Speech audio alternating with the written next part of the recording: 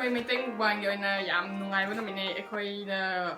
50K ꯃꯌꯥꯝꯗꯣ ꯁꯨꯍꯟꯕꯤꯔꯣ ꯇꯧꯕꯗ ꯍꯟꯗꯛ ꯅꯣꯡ ꯅꯤꯅꯤꯁꯤꯗ ꯑꯗꯣ ꯃꯌꯥꯝꯒꯤ ꯁꯞꯄꯣꯔꯠꯇꯒꯤ ꯁꯨꯖꯔꯦ ꯑꯗꯣ ꯑꯩꯅ ꯃꯌꯥꯝꯗ ꯄ꯭ꯔꯣꯃꯤꯁ ꯇꯧꯖꯈꯤꯕ ꯚꯤꯗꯤꯑꯣ ꯌꯥꯝ ꯏꯟꯇꯔꯦꯁꯇꯤꯡ ꯑꯣꯏꯕ ꯚꯤꯗꯤꯑꯣ ꯍꯥꯏꯗꯣ ꯍꯧꯖꯤꯛ ꯑꯩꯅ ꯈꯨꯗꯣꯜ ꯇꯝꯖꯔꯅꯤ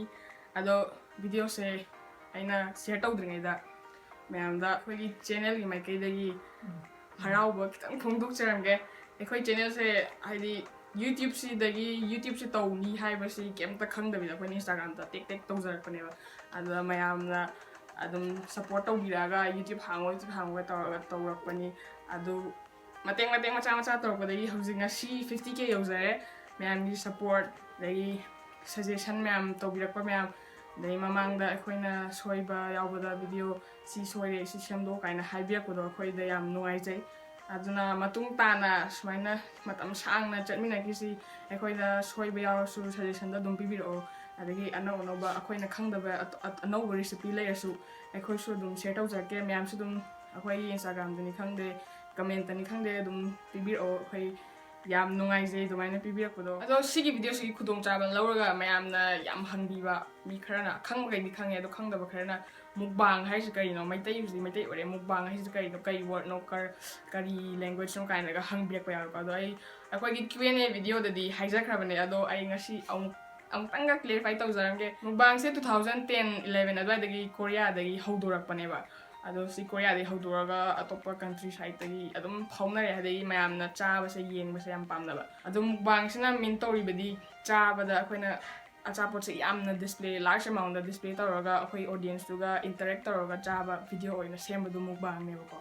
ꯍꯥꯏꯗꯤ ꯑꯩꯈꯣꯏꯅ ꯃꯃꯥꯡꯗꯩ ꯇꯧꯖꯔ ꯂꯥꯛꯏꯁꯦ ꯁꯤꯃꯛꯅꯦꯕ ꯑꯗꯨꯒ ꯃꯨꯛꯕꯥꯡꯁꯤꯅ ꯁꯤꯒꯤ ꯋꯥꯔꯗꯁꯤꯅ ꯀꯥꯏꯗꯒꯤ ꯂꯧꯊꯣꯔꯛꯀꯦ ꯍꯥꯏꯕ ꯃꯇꯝꯗ ꯀꯣꯔꯤꯌꯥꯒꯤ ꯋꯥꯔꯗ ꯑꯅꯤꯅꯦꯕꯀꯣ ꯋꯥꯔꯗ ꯑꯅꯤꯁꯤꯅ ꯁꯦꯝꯃꯛꯄꯅꯦꯕ ꯃꯨꯛꯕꯥꯡ ꯑꯅ ꯃꯨꯛꯖꯥ ꯍꯥꯏꯁꯤꯅ ꯏꯇꯤꯡꯅꯦꯕꯀꯣ ꯑꯗꯨꯒ ꯕꯥꯡꯁꯣꯡ ꯍꯥꯏꯁꯤꯅ ꯕꯥꯡꯁꯣꯡꯗꯒꯤ ꯕꯥꯡꯗꯣ ꯂꯧꯊꯣꯔꯛꯇꯣꯏꯅꯦꯕ ꯕꯥꯡꯁꯣꯡ ꯍꯥꯏꯁꯤꯅ ꯕ꯭ꯔꯣꯗꯀꯥꯁꯇꯤꯡ ꯍꯥꯏꯕ ꯑꯗꯨꯅ ꯌꯥꯝ ꯁꯝꯅ ꯏꯇꯤꯡ ꯑꯦꯟ ꯕ꯭ꯔꯣꯗꯀꯥꯁꯇꯤꯡ ꯍꯥꯏꯕꯅꯦꯕ ꯀꯩꯝꯇ ꯇꯥꯛꯅꯗꯕꯤꯗ ꯍꯥꯏꯗꯤ ꯑꯩꯈꯣꯏꯅ ꯇꯧꯖꯔꯤꯁꯦ ꯑꯗꯨꯝ ꯃꯨꯛꯕꯥꯡ ꯑꯣꯏꯗꯣꯏꯅꯦ ꯑꯗꯣ ꯑꯩꯈꯣꯏꯅ ꯃꯅꯤꯄꯨꯔꯤꯗ ꯇꯧꯋꯦ ꯍꯥꯏꯔꯒ ꯑꯗꯨꯝ ꯃꯩꯇꯩꯅ ꯅꯨꯡꯉꯥꯏꯅ ꯃꯩꯇꯩ ꯍꯥꯞꯆꯤꯟꯈꯤꯕꯅꯦꯕ ꯑꯗꯨꯒ ꯁꯨꯃꯥꯏꯅ ꯁꯦꯝꯖꯈꯤꯕꯅꯤ ꯑꯩꯈꯣꯏꯅ ꯑꯍꯥꯟꯕ ꯍꯧꯖꯔꯛꯄ ꯃꯇꯝꯗꯗꯤ ꯁꯨꯃꯥꯏꯅ 50Kꯒ ꯌꯧꯔꯛꯀꯅꯤ ꯍꯥꯏꯁꯦ ꯑꯩꯈꯣই ꯑꯁꯥ ꯇꯧꯖꯔꯨꯗꯦꯕꯀꯣ ꯑꯗꯣ ꯍꯧꯖꯤꯛ 50K ꯌꯧꯔꯛꯑꯕꯅꯤꯅ ꯑꯩꯈꯣꯏꯁꯨ ꯍꯦꯟꯅ ꯍꯥꯏꯗꯤ ꯇꯧꯅꯤꯡꯕ ꯍꯦꯟꯅ ꯊꯋꯥꯏ ꯂꯨꯞꯅꯤꯡꯕ ꯐꯥꯎꯔꯦꯕ ꯚꯤꯗꯤꯑꯣꯁꯤꯗ ꯑꯩꯈꯣꯏꯅ ꯍꯧꯖꯔꯛꯈꯤꯕ ꯃꯣꯇꯤꯞꯇꯤ ꯃꯨꯛꯕꯥꯡ ꯍꯥꯏꯔꯒ burger adagi crab eating adagi Korean kimbap adagi spicy noodles ꯆꯥꯕ ꯌꯥꯝ ꯑꯇꯣꯞꯄ country ꯃꯌꯥꯝ ꯊꯣꯛꯂꯛꯑꯦꯕꯀꯣ ꯑꯗꯣ ꯑꯩꯈꯣꯏꯅ ꯇꯧꯕ ꯃꯇꯝꯗꯗꯤ ꯃꯅꯤꯄꯨꯔꯤꯒꯤ ꯑꯣꯏꯕ ꯎꯇꯤ ꯊꯣꯡꯕ ꯑꯩꯈꯣꯏꯒꯤ ꯌꯥꯝ ꯍꯥꯎꯕ ꯑꯗꯒꯤ ꯆꯒꯦꯝ ꯄꯣꯝꯕ ꯁꯤꯡꯖꯨ ꯀꯥꯏꯁꯤ ꯀꯌꯥꯝ ꯆꯥꯟꯅꯔꯝꯗꯦꯕ ꯑꯗꯨꯗꯒꯤ ꯑꯩꯈꯣꯏꯅ ꯍꯧꯗꯣꯛꯆꯔꯛꯄꯅꯦꯕ ꯑꯗꯒꯤ ꯍꯧꯖꯤꯛꯇꯤ ꯃꯌꯥꯝꯁꯨ ꯂꯩꯔꯦ ꯑꯗꯣ ꯑꯩꯈꯣꯏꯅ ꯍꯦꯟꯅ ꯐꯖꯅꯕ ꯍꯣꯠꯅꯖꯒꯦ ꯑꯗꯣ ꯋꯥꯁꯨ ꯌꯥꯝ ꯉꯥꯡꯊꯣꯛꯈ꯭ꯔꯦ ꯃꯌꯥꯝ ꯚꯤꯗꯤꯑꯣꯗ ꯃꯥꯏ ꯑꯣꯟꯖꯜꯂꯁꯦ lemon squeeze challenge se tawdoise aina youtuber khara request tawjabane ado khara amadi kaino mapan dei tholaga home quarantine taw leibagi aina lemon dom sundalroga laheu mu taw engon dom tainer adi aina tawranu na haikre adai mingoina punjab de yamba brol hoi adagi darishi adagi athoilwang mai khara aina panbada chitharam suwar hubiade ado kamai taw gini haise ai utarage ꯑꯩꯈꯣꯏꯅ lemon eating ꯑꯅ ꯇꯧꯈ꯭ꯔꯦꯅ ꯆꯝꯄ꯭ꯔꯥ ꯆꯥꯕꯒꯤ ꯁꯤꯅ ꯆꯥꯕꯩ ꯅꯠꯇꯦꯕ ꯁꯨꯝꯖꯟꯗꯣꯏꯅꯦ ꯃꯍꯤꯁꯦ ꯁꯤꯁꯦ ꯒ꯭ꯂꯥꯁꯇ ꯁꯨꯝꯃꯒ ꯊꯛꯑꯁꯨ ꯌꯥꯏ ꯑꯗꯣ ꯁꯤ ꯗꯥꯏꯔꯦꯛ ꯁꯨꯝꯃꯁꯨ ꯌꯥꯏꯕꯀꯣ ꯁꯨꯃꯥꯏꯅ ꯍꯥꯞꯄꯒ ꯌꯥꯁꯤꯗ ꯗꯥꯏꯔꯦꯛ ꯁꯨꯝꯖꯟꯗꯣꯏꯅꯦꯕ ꯑꯗꯣ ꯑꯩ ꯁꯨꯝꯗ꯭ꯔꯤꯉꯩꯗ ꯃꯌꯥꯝꯒꯤꯗꯣ ꯍꯥꯟꯅ ꯌꯦꯡꯒꯤꯁꯦ ꯇꯧꯔꯒꯦ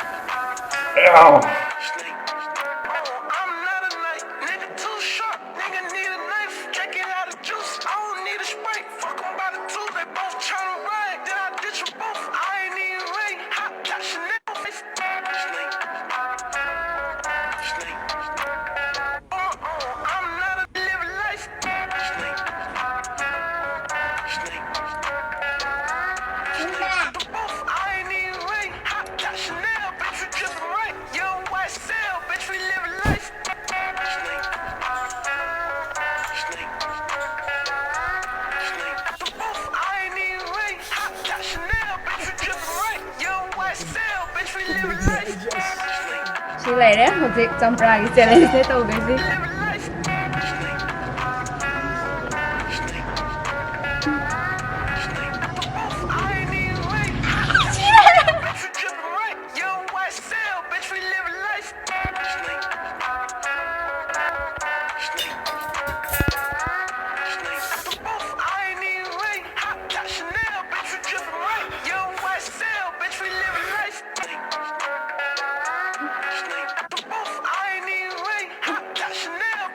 Đây trong pra gì? Không rơi nghe quậy. One, two, three.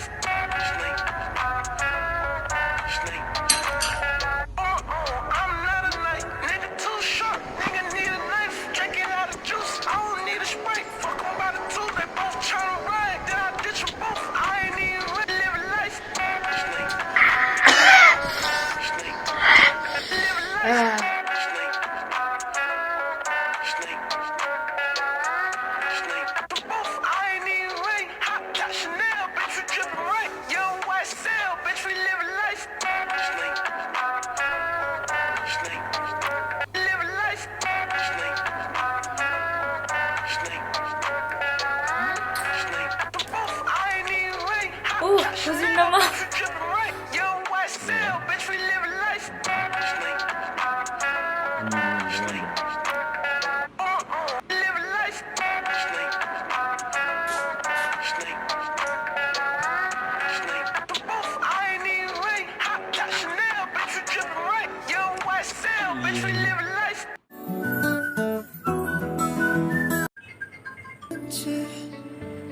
혹시 여기도 꿈속인가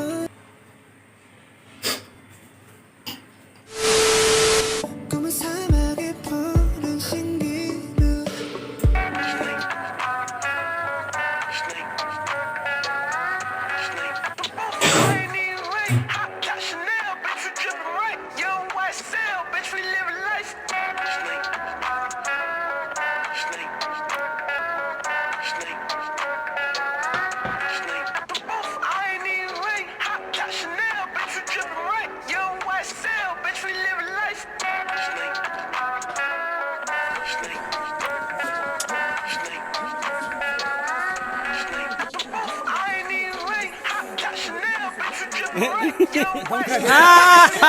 Don't try, please.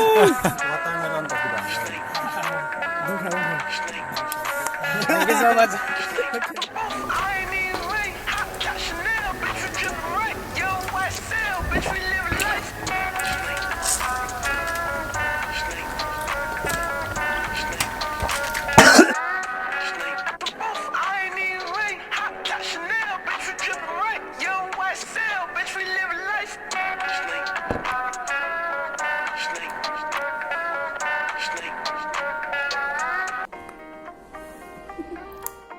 Sayu saynya bini sidi.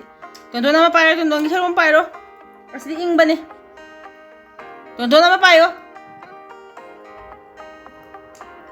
Makatamu, asal apa tu? Sayu. Sayu itu milonya. Sayang payo, sayu. Kungano haga. Kungano haga, ya du udah diadre.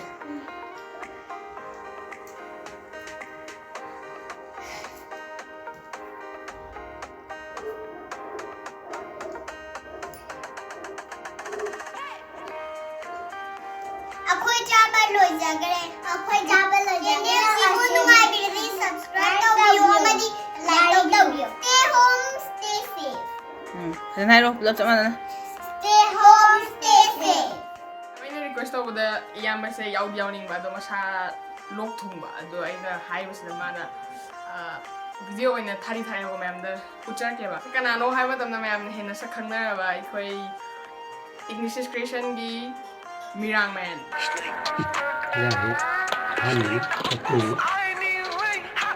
ꯃꯈꯥꯗ ꯊꯨꯝꯗ ꯍꯩꯔꯤ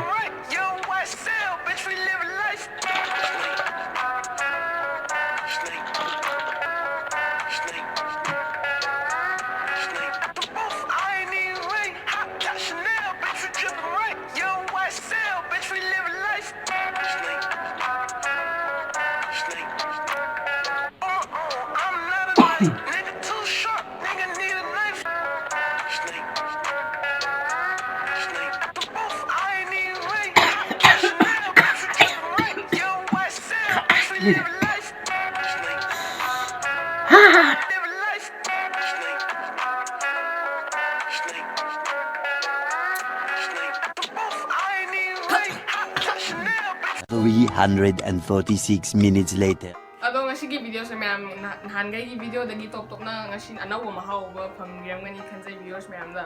ado challenge da pi yaw di kai no se among hangani ko ado in mamangi video da su haija kine pi do masa khara nagal le ma se ado mamangi video du su namdana mayam da akoina 50k yogani mandan namgi ne ba lok khuri ba ado champra do thadal lori next video na mangam baroi da ba na pi na champra si tawroi si na tawbre ado मागी साइतगी वहाई money ma'am दा share तौजरी Ahmad ma'am पुनः पुनजरी अदो अखोइगी मिटे मुकाम 50k subscriber योहमगिदमक्ता ma'am पुनः पुथागतजरी हंदकी 50k सुबगी special video से ऐसे नब फंगोइदोरे आई लोक थुंगले ngaraang namiba video do adu so se lok thunga nambane ba lok se apure aduna amuka sampram video do sunjalladi ai di phajada ba mathang video pura oina lepte yaroi da aduna ma'am ayaw phangmoidore adugi video se aduga amuka sona akhoi video su 50k subscriber sunbagi da mak subscribe tawiri ma'am bu thagatjari aduga makha na su atai adum support tawbiyo akhoi nuai ba video su dum thagatjarke